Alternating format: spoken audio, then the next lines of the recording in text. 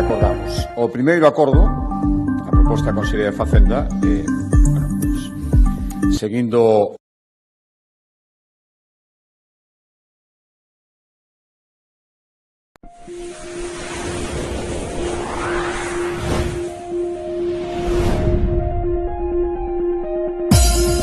un dos logros no apoio ás familias con fillos en idade escolar. O 70% do alumnado de etapas obrigatorias está recibindo en Galicia algún tipo de axuda para libros ou material escolar. Saben que este curso escolar pusemos en marcha unha medida que vai ter a súa efectividade cando comece o prazo de declaración da renda para que as familias poidan desgravarse nesta declaración pola compra de libros de texto ou material escolar. O obxectivo, os beneficiarios rondarían as 60.000 familias e un dos requisitos, o principal, era que se gardasen a facturas dos tickets e das compras e, como ocurre en calquera outra desgravación, os pagos deberían realizarse por tarxeta ou por algún medio electrónico para garantir e acreditar a trazabilidade de todo o proceso. O certo é que demos por feito, como se veu erroñamente, porque había familias que descoñecían este último requisito, que, insisto, está recollido en disposicións legais e, excepcionalmente, como anunciábamos, en esta ocasión tomamos un acordo, que foi ahora que quero dar conta, para que poidan desgravarse, insisto, excepcionalmente este ano, as compras que se tiveran feito en efectivo por aquelas persoas que descoñecían este requisito. Por lo tanto, hoxe o Consello da Xunta de Galicia aprobou o proxecto de lei, é necesario, estaba, dado que a necesidade de facelo, de acreditalo mediante algún tipo de transacción electrónica está nunha lei, temos que aprobar unha lei, un proxecto de lei polo Consello da Xunta que excepcione este ano e que permita ás familias que pagaron efectivo material escolar poidan facer tamén a desgravación na declaración da renda por estas compras, sempre que, por suposto, cumplan o resto de requisitos respecto aos umbrais e os límites para acollarse esta desgravación. A intención é tramitala no Parlamento por sistema de lectura única, procedimento máis rápido, de xeito que xa poida estar en vigor antes de que comece a campaña da renda e as familias, todas as familias que incurriron nestes gastos e cumplan os requisitos, incluídas, insisto, excepcionalmente este ano, as que pagaron en efectivo, se poidan acoller a desgravación e ter un aforro conxunto e a estimación que facemos neste primeiro ano da medida, xa digo, ao redor de 60.000 familias e un aforro de ao redor dos 6,5 millóns de euros. Outro asunto, en materia de educación, neste caso anterior á proposta da Consellería de Facenda, esta é a proposta da Consellería de Educación, hoxe aprobamos o decreto de oferta pública de emprego para este ano 2026 da Consellería de Educación. Estamos falando de convocar 1.600 prazas en 42 especialidades. A maioría delas, o 87%, serán de novo ingreso, de acceso libre, e 213, o 13% restante, polo sistema de promoción interna. Destas novas prazas, outro desgrose, terán, por suposto, no extracto de acordo todos os detalles, pero por dar algún detalle máis, 852 para profesoras de secundaria, estou falando das prazas de novo ingreso, acceso libre, 476 para mestres de primaria e 60 para formación profesional. No caso da promoción interna, ese 13%, o 100% se refire a prazas de ensino secundario.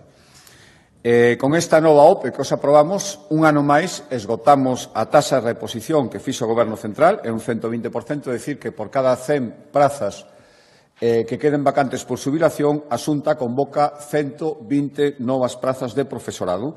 Por lo tanto, seguimos reducindo a ratios profesor-alumno de acordo cos compromisos adquiridos e incrementamos o número de docentes a pesar de que está baixando a matrícula. Algún dato máis,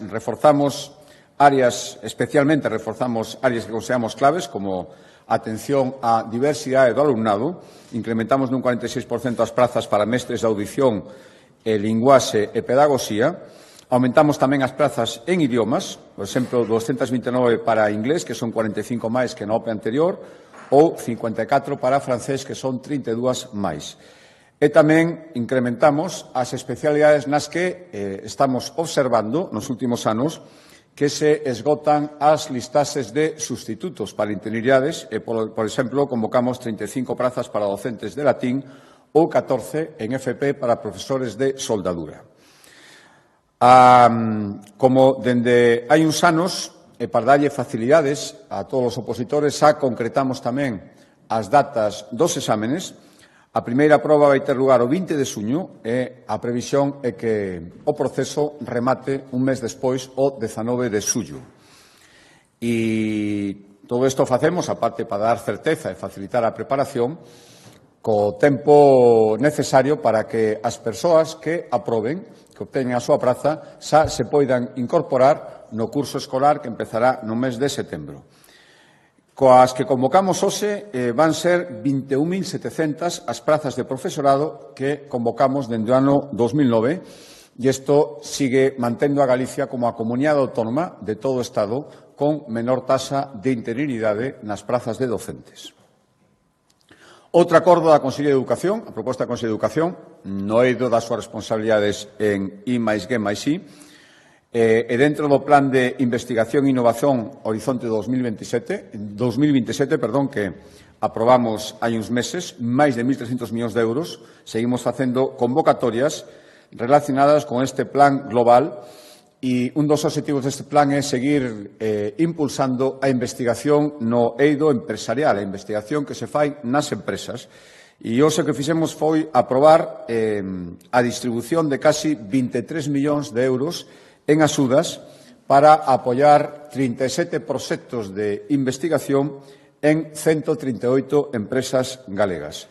É a resolución do programa chamado Nexos, a primeira vez que se convocaba era neste ano, e o que aprobamos é a distribución definitiva desas axudas por 23 millóns de euros. Este programa o que exixe é que, dai o nome Nexos, é que haya varias empresas colaborando entre elas, como mínimo 3, máximo 6, e, ademais, a maioría teñen que ser pequena ou mediana empresa, e procuramos apoiar as investigacións nos eidos que neste momento consideramos estratégicos: economía circular, fabricación avanzada, alimentación e saúde. Por lo tanto, seguimos desenvolvendo ese plan global de 1.300 millóns de euros e con este acordo apoiamos, como decía, a investigación nas empresas de xeito asociado. Decía que teñen que ser entre 3 e 6 as que se asocien para acceder a estas axudas que hoxe distribuímos. Cambio de acordo, a proposta da Consellería de Presidencia, hoxe, nas súas competencias de mobilidade, hoxe aprobamos unha declaración de PIA, de Proxecto de Interese Autonómico. Afecta o futuro aparcadoiro para camións que se vai construir no enlace de Balsa, no Concello de Vigo, no entorno de Balaídos, que busca nunha zona dun intensísimo tráfico de camións, moi cerca están instalacións de Stellantis e outras industrias bastante grandes e que será moito tráfico. Con este aparcamento, a partir de agora, ata de agora non tiña un espacio os camións, vai ter 70 prazas para que poidan aparcar dun xeito seguro, e máis non comprometer a seguridade viaria, ata agora tiñan que facelo en lugares peligrosos para a seguridade viaria. A obra vai a executar a zona franca de Vigo. Logo desta declaración que fai o Consello da Xunta de Galicia, serán 2,2 millóns de euros para dar un servicio aos transportistas do que ata agora non dispoñían. Cambio de acordo, a proposta da Consellería de Vivenda, hoxe aprobamos construir unha nova senda pionil ciclista. Esta vez vai ser no Concello de Outes, en paralelo á estrada AC 550, 1,3 millóns de euros, 2,3 kilómetros de longitude para unir o núcleo rural de Viro co casco urbán do Concello de Outes. A previsión é licitar as obras este mesmo ano, logo de aprobarse o comezo do expediente administrativo, e o prazo de execución serán 12 meses dende que se inicien.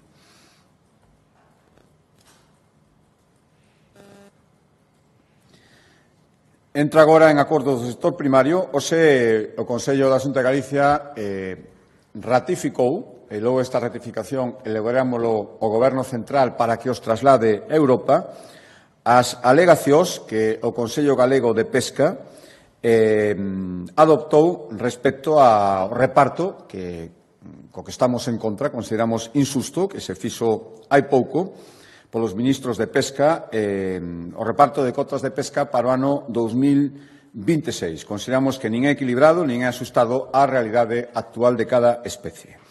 Dende logo, se se aprobara así, por eso elevamos estas alegacións, provocaría perdas millonarias de moitos millóns de euros para o sector pesqueiro galego.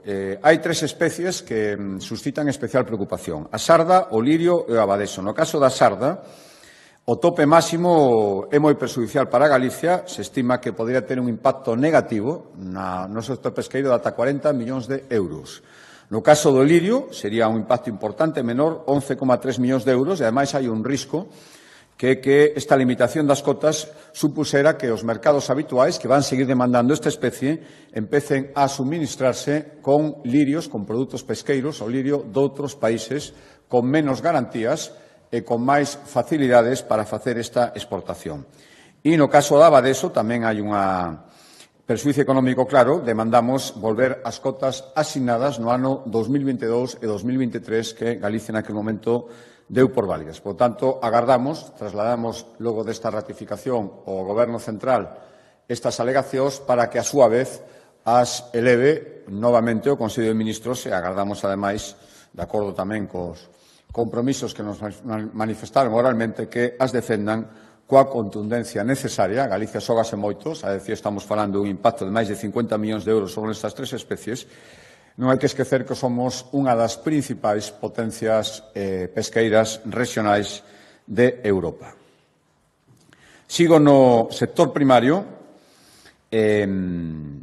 pásome a medio rural. Hoxe fixemos un doble acordo. Primeiro, a primeira é tomar coñecemento do balance da campaña da política agraria común do ano 2025. Vaise pechar a efectos de pagos e a súa contabilidade en xuño deste ano, pero neste momento xa están desembolsados, é dicir, xa os beneficiarios da PAC aquí en Galicia xa recibiron o 90% das cantidades que lles correspondían. Queda simplemente un 10% a efectos de xustificación, pero o prazo non remata ata que remate o mes de xuño. E, ao mesmo tempo, aprobamos esa apertura do prazo para solicitar axudas da política agraria común da PAC para o ano 2026. Publicarémolo esta mesma semana no Diario Oficial de Galicia e poderánse pedir as axudas ata o 30 de abril. Isto, por lo tanto, manexamos con eficacia en prazo as cantidades das que se dispoñen, e ao mesmo tempo estamos especialmente preocupados e activos para que se manteñan unhas axudas fundamentais para Galicia. Saben vostedes que se está falando no seo da Unión Europea de reducir incluso ata un 22% as cantidades actuais da política agraria común, da PAC, estes fondos, e, ademais, dotalos dunha carga burocrática a maiores que dificulta moito a súa xestión, as administracións, a Xunta de Galicia, por suposto, pero tamén os beneficiarios, e, por lo tanto, pedimos que seguiremos traballando. Outro día tiñamos unha reunión con dos organizacións representativas do sector primario, onde falamos do Mercosur, pero tamén falamos da importancia de seguir unidos neste tema e evitar tanto a reducción como as novas cargas burocráticas que se anuncian e, por lo tanto,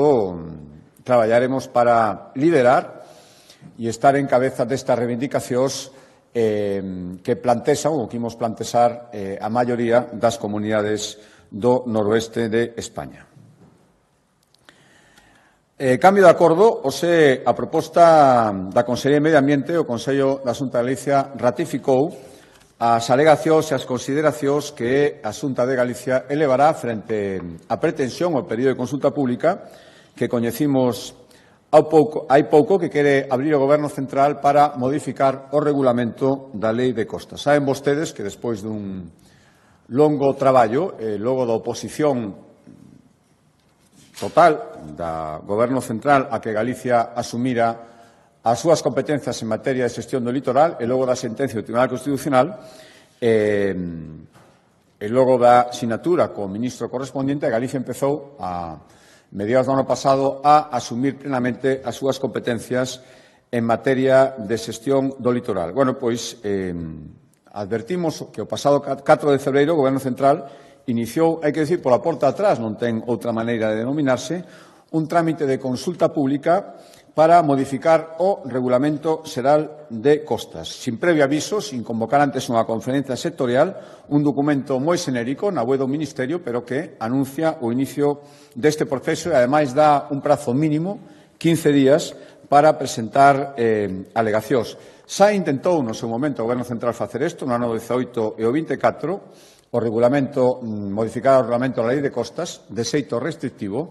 Os dous intentos fracasaron e ora volve a facer un intento máis coa especial gravidade de que o fai despois de que Galicia asumira as competencias que ora se verían claramente limitadas se este regulamento fora adiante.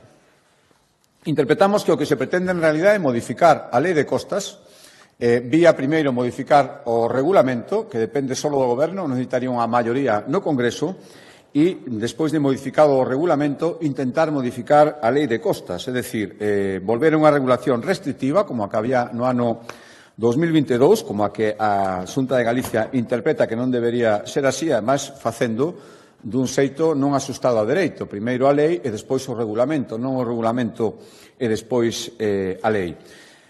A regulación que, xa digo que só temos agora mesmo esa consulta pública anunciada na web, pero todo indica que o que se pretende é recortar as concesións das prórrogas, endurecer os requisitos para instalar un negocio no litoral e ampliar o dominio público marítimo terrestre, limitando a propiedade privada, económica e industrial e despreciando todos os controis que estableceu a Xunta de Galicia para garantir cumprimento da normativa, pero ao mesmo tempo, como temos dito moitas veces, garantir a vida económica e a vida das persoas no noso litoral. Por lo tanto, hoxe vemos de ratificar as alegacións que Galicia presentará o día 19, igual que fixemos nas anteriores ocasións que non prosperaron as alegacións a esta consulta previa, baseándose en 3 puntos principais.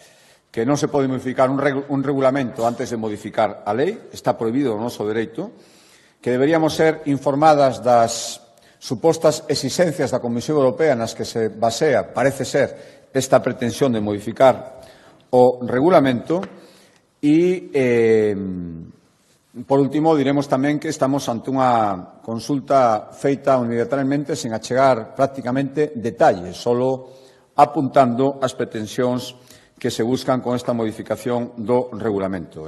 Por eso, ratificamos estas alegacións e, por suposto, informaremos das posibles consecuencias a todos os afectados, concellos, cadea, mar e industria e intentaremos facer unha fronte común defendendo as competencias que Galicia asumiu logo de ganalo no Tribunal Constitucional.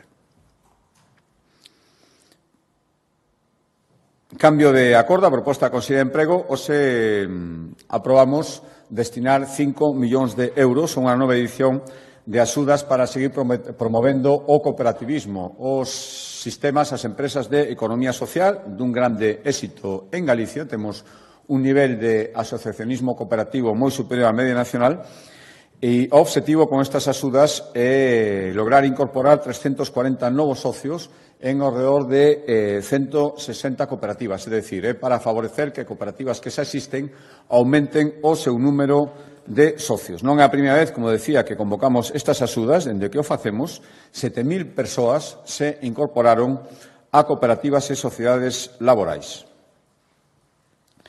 2 acordos en materia de vivenda, como casi todos os consellos. O primeiro é destinar 1 millón de euros para que as comunidades de propietarios de edificios de promoción pública, é dicir, construídos pola Xunta de algún tipo de protección social, poidan facer reformas.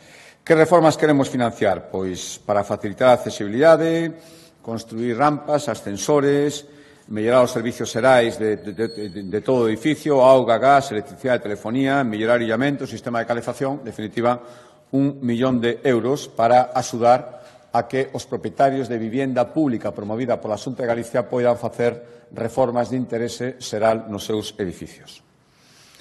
E outro acordo en materia de vivenda é destinar algo máis de 5 millóns de euros, 5,2, para comprar 80 vivendas para facelas públicas e poñelas en alugueiro a precios accesibles, a precios sociais. Onde van estar estas vivendas? 41 na provincia de Lugo, 11 na de Ourense, 3 na Coruña e 3 en Pontevedra.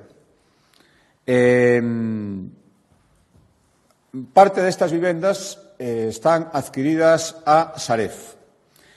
Teño que decir, ou temos que decir, que con moito coste e prácticamente ahora faise imposible. Queríamos, a intención da Xunta de Galicia, aparte de construir vivendas, era tamén poder adquirir estas vivendas deste fondo para poder facer o que estamos facendo. Cando fai falta facer reformas, varias destas será necesario facer reformas, se farán, cando non se poden poñer directamente en alugueiro a precio social. Bueno, últimamente nos temos dirixido a Saref e estamos obtendo a resposta de que a comercialización para este tipo de adquisicións está bloqueada. Entendemos que para poñelas a precios máis de mercado, non o entendemos moi ben, pero a Xunta de Galicia agora mesmo ten prácticamente pechada a vía de poder adquirir a Saref vivendas para reformarlas cando é necesario e poñelas en precio social. Destinamos estas 5,2 millóns para 80 vivendas, pero agora mesmo estáse facendo francamente difícil nos últimos tempos e non entendemos por qué. Cambio de acordo, a proposta da Consello de Política Social, hoxe aprobamos destinar un ano máis 8 millóns de euros para, como complemento autonómico ás pensións no contributivas. É un complemento extraordinario para os beneficiarios deste tipo de prestacións, ao redor de 36.000 persoas en Galicia, e é un pago único, que se fai sin necesidade que o beneficiario solicite, é dicir, o recibirá directamente, non é necesario ningún trámite, e logo desta aprobación recibirán estas cantidades antes de que remate o primeiro trimestre deste ano. Dous acordos en materia de sanidade.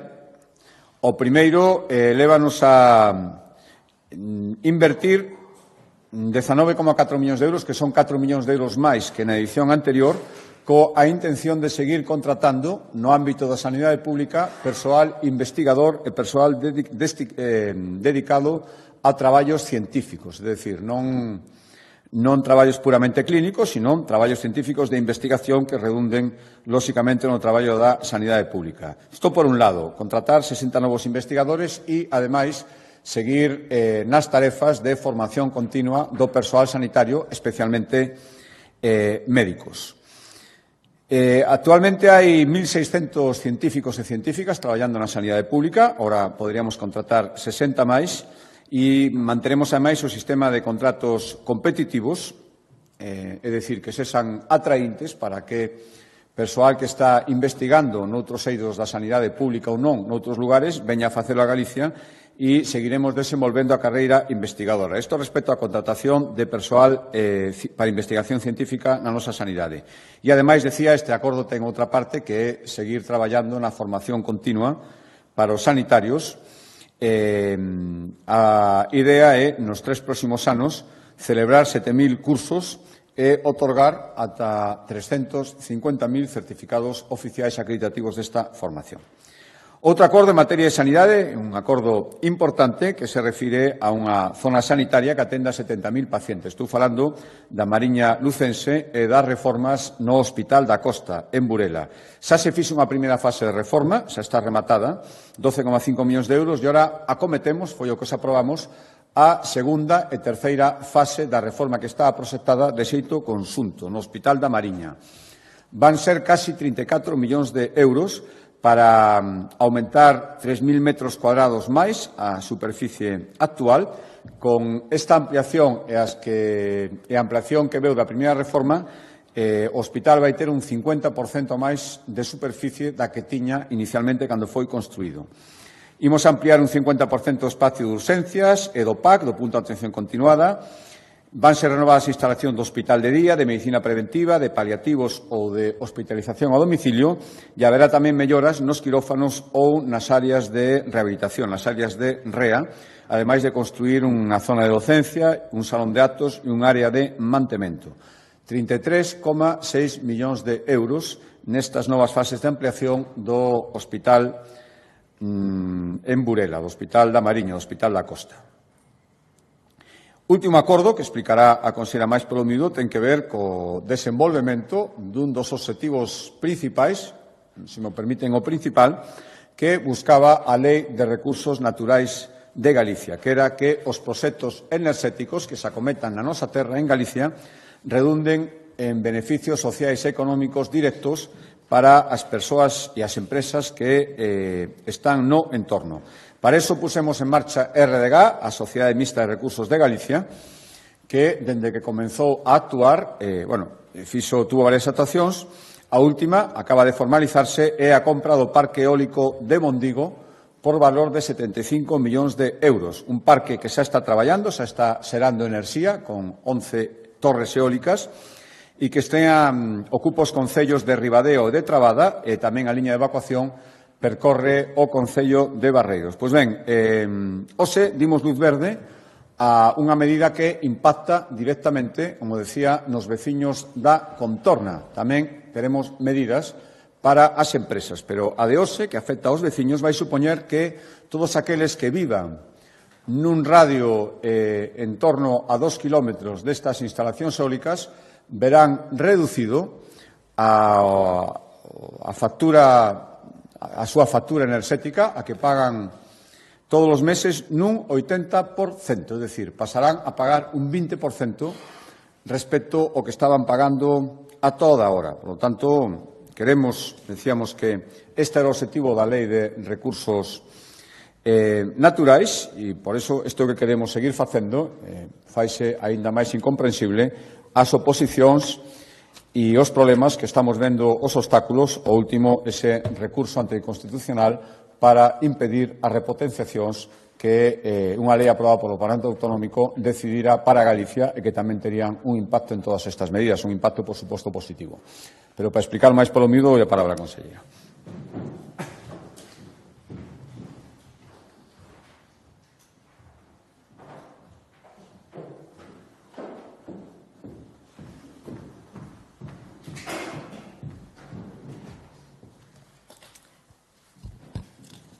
Bo día.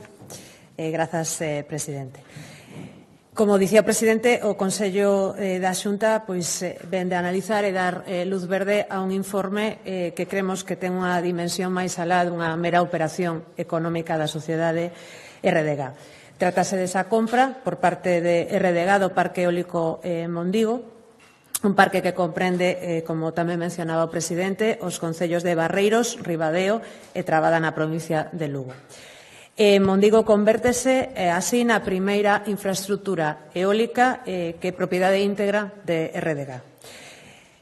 Que significa? Significa que imos ter un recurso natural galego, que é o noso vento, que pasa a estar a disposición directamente da cidadanía, ao servicio da cidadanía, a través dunha sociedade que ademais é representativa de Galicia, porque recordemos que está constituída por capital 100% galego, ou ben de empresas galegas e tamén da participación que ten a Xunta de Galicia na sociedade.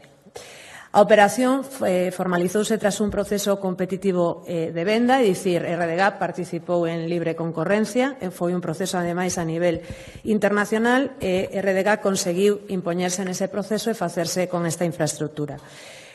Isto é relevante porque a día de hoxe o parque podría estar en mans de calquera outro operador global e mesmo non galego, pero, sen embargo, queda, como dicía, en mans dun operador 100% galego e que, polo tanto, vai orientar a enerxía que saia do parque aos galegos e o interese xeral. Mondigo é unha instalación moderna que conta con 11 aeroxeneradores, 49,5 megavatios de potencia instalada, ten unha produción anual estimada de 131 gigavatios hora ano, e xa está, como mencionaba tamén o presidente, en funcionamento. O importante da infraestructura é que vai ter un retorno 100% da enerxía producida vai retornar a Galicia. ben sexa os veciños da contorna ou tamén, o anticipaba o presidente, a través do plan industrial que poremos a continuación en marcha e que pretende pois tamén abaratar a través de PPAs os prezos da enerxía ben a industrias da contorna, ben a industrias e empresas de sectores estratégicos. Pero o que hoxe coñecemos polo Consello da Xunta é esa bonificación de ata 80% que se levará a cabo ás familias que se atopen, ou os fogares que se atopen nesos 2 kilómetros de radio ao redor do parque. Como vai ser o procedemento de solicitude? Bueno, nos próximos días habilitarase unha páxina web específica desde a que os cidadáns poderán solicitar o acceso a este programa.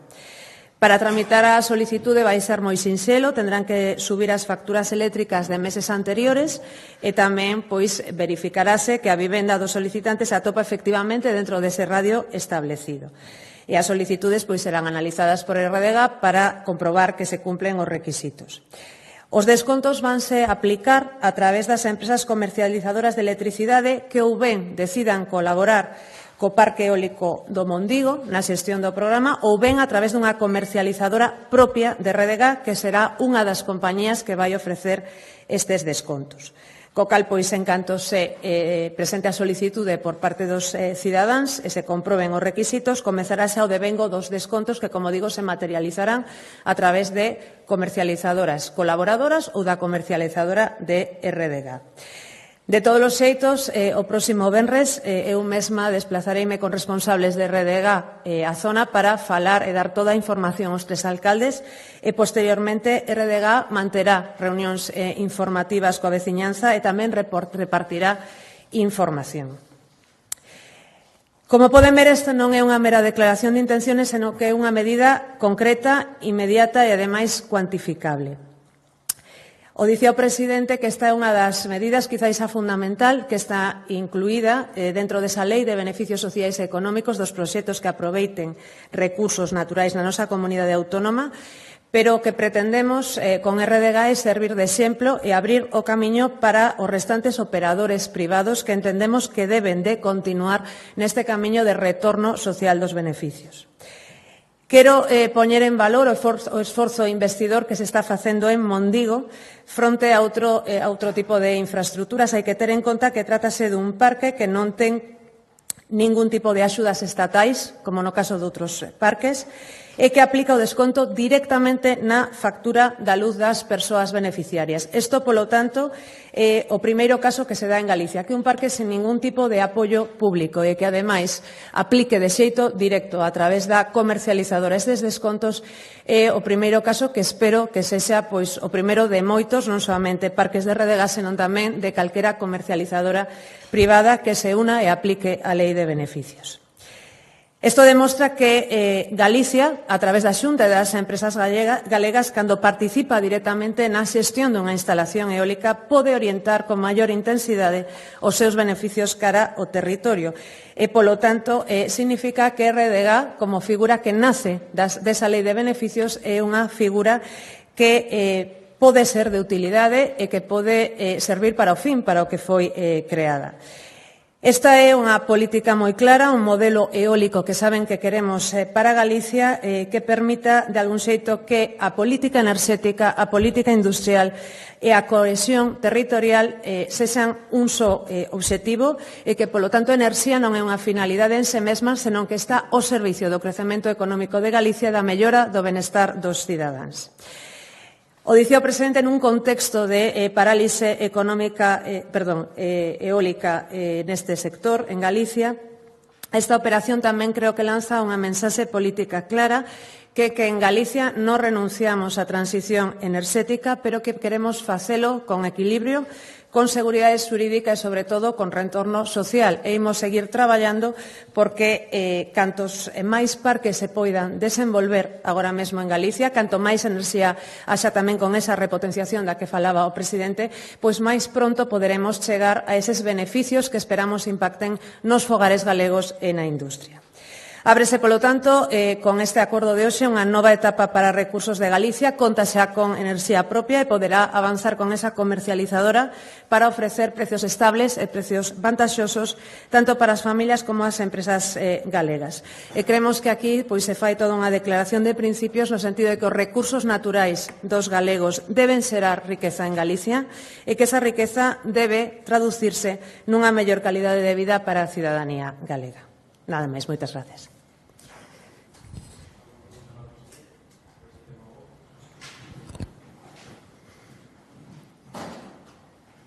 Sí, conselleira, para que a xente que reciba a noticia, terán que cambiar entón de operadora, que información se lles vai a transmitir? Será posible que teñan os descontos con calquera, nos non queremos obrigar a xente a que traballe coa comercializadora de RDG, por eso ofrecemos ás comercializadoras que traballen na zona que se poidan adherir ao programa. Certo é que é voluntario para elas, co cal, a opción da comercializadora de RDG sempre vai estar aí, pero se as comercializadoras que están agora mesmo traballando se adiren, o cidadán poderá ter o desconto con a comercializadora habitual, pero teñen que adherirse ao programa para poder efectuar o desconto.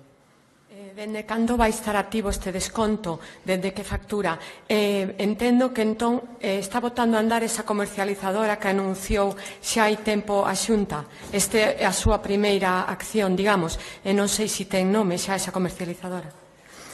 Sí, dende que factura, dende o momento en que se notifica por parte de RDG que efectivamente se cumplen eses requisitos, que son ben poucos, non, que está no radio do par que se presentan as facturas, aí xa se devenga o desconto. Co cal, a partir de aí, e con independencia de a xestión que se faga coa comercializadora, se ten dereito ao desconto dende o momento, se devenga o desconto dende o momento que se recibe esa comunicación de RDG dicindo o fogar en concreto que cumple os requisitos. Efectivamente, este é o comenzo desa comercializadora que, como saben, comenzamos a traballar, é complexo, é un procedimento largo e, por iso, comenzamos con anticipación a crear a comercializadora para que no momento no que existise enerxía, esa propiedade de RDG, se pudese traballar con ela. Eu creo que o nome da comercializadora debe ser a Sociedade RDG a que o anuncie, de acordo? Pero é a primeira operación, sí. Listo. Pois gracias.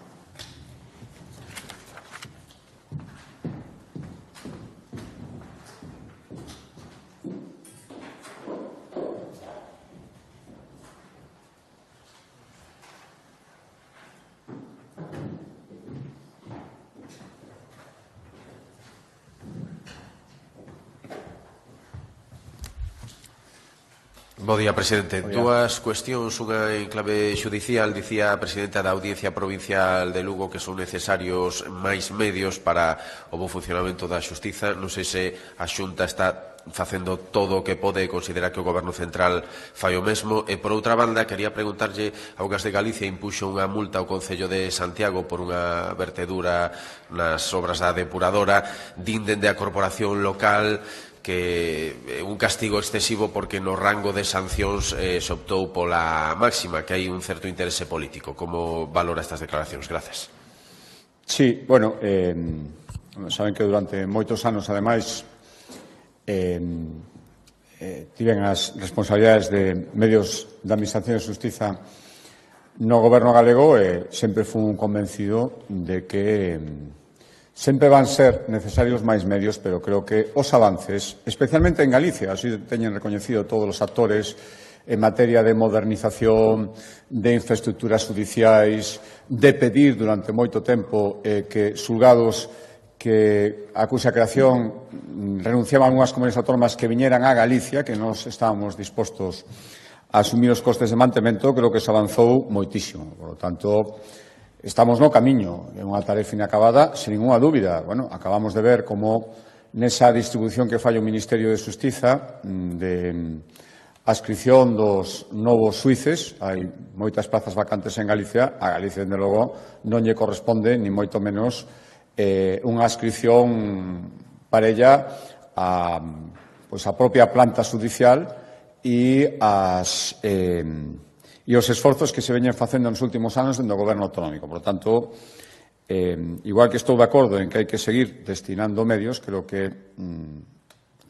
convencido de que a maioría dos actores xurídicos en Galicia están convencidos de que aquí os esforzos que se fixeron foron bastante superiores a media dos que se teñen feito a nivel estatal e, sobre todo, nas zonas que dependen directamente do Ministerio de Xustiza, porque saben que isto é unha competencia das poucas competencias que non están asumidas totalmente por as comunidades autónomas e hai zonas onde todavía sigue sendo territorio ministerio.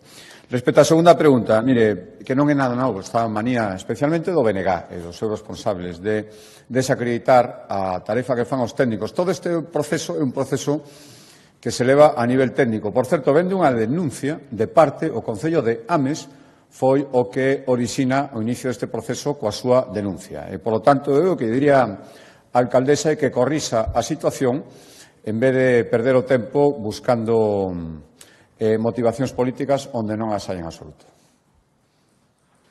Dúas cuestións. A primeira é que a súa compañeira en Extremadura, María Guardiola, deu unha entrevista na que afirma que defende o feminismo que defende Vox. Quero lle preguntar se vostede está de acordo con isto, tamén defende o feminismo que defende Vox. Por outra banda, vostede dixo a semana pasada que o nome da deputada no Congreso, Ana Vázquez, era un bon nome para unha posible candidatura en Ourense. Quero lle preguntar se hai que entender entón que esta posibilidade contaría coa súa simpatía e, sobre todo, que valora no perfil desta deputada que, bueno, se destaca máis por unhas comparecencias máis ben polémicas, un estilo máis polémico. Gracias. Sí, a primeira, mire, descoñezo realmente o que dixo a presidenta de Extremadura, por tanto, sobre as súas manifestacións, non sei o que dixo, e as razóns, ni o que dixo ni por que o dixo. Por tanto, é un pouco aventurado decir eso. Eu, dende logo, teño claro que respecto a todos os temas que teñen que ver con feminismo, vostede falla pregunta neses termos, creo que temos, dende logo, creo no Goberno galego e creo no PP de Galicia, bastantes diferencias cos plantexamentos de Vox en algúns dos extremos que defenden, que xa son coñecidos, e, polo tanto, non vou abundar neso. Eu sei a nosa postura, a postura dos demais teñen que explicala. Respecto á segunda pregunta, bueno, dixen que era unha posibilidade, no seu momento, cando veamos a coñecer todos os candidatos e candidatas das cidades, pois se coñerá finalmente cales son eses nomes.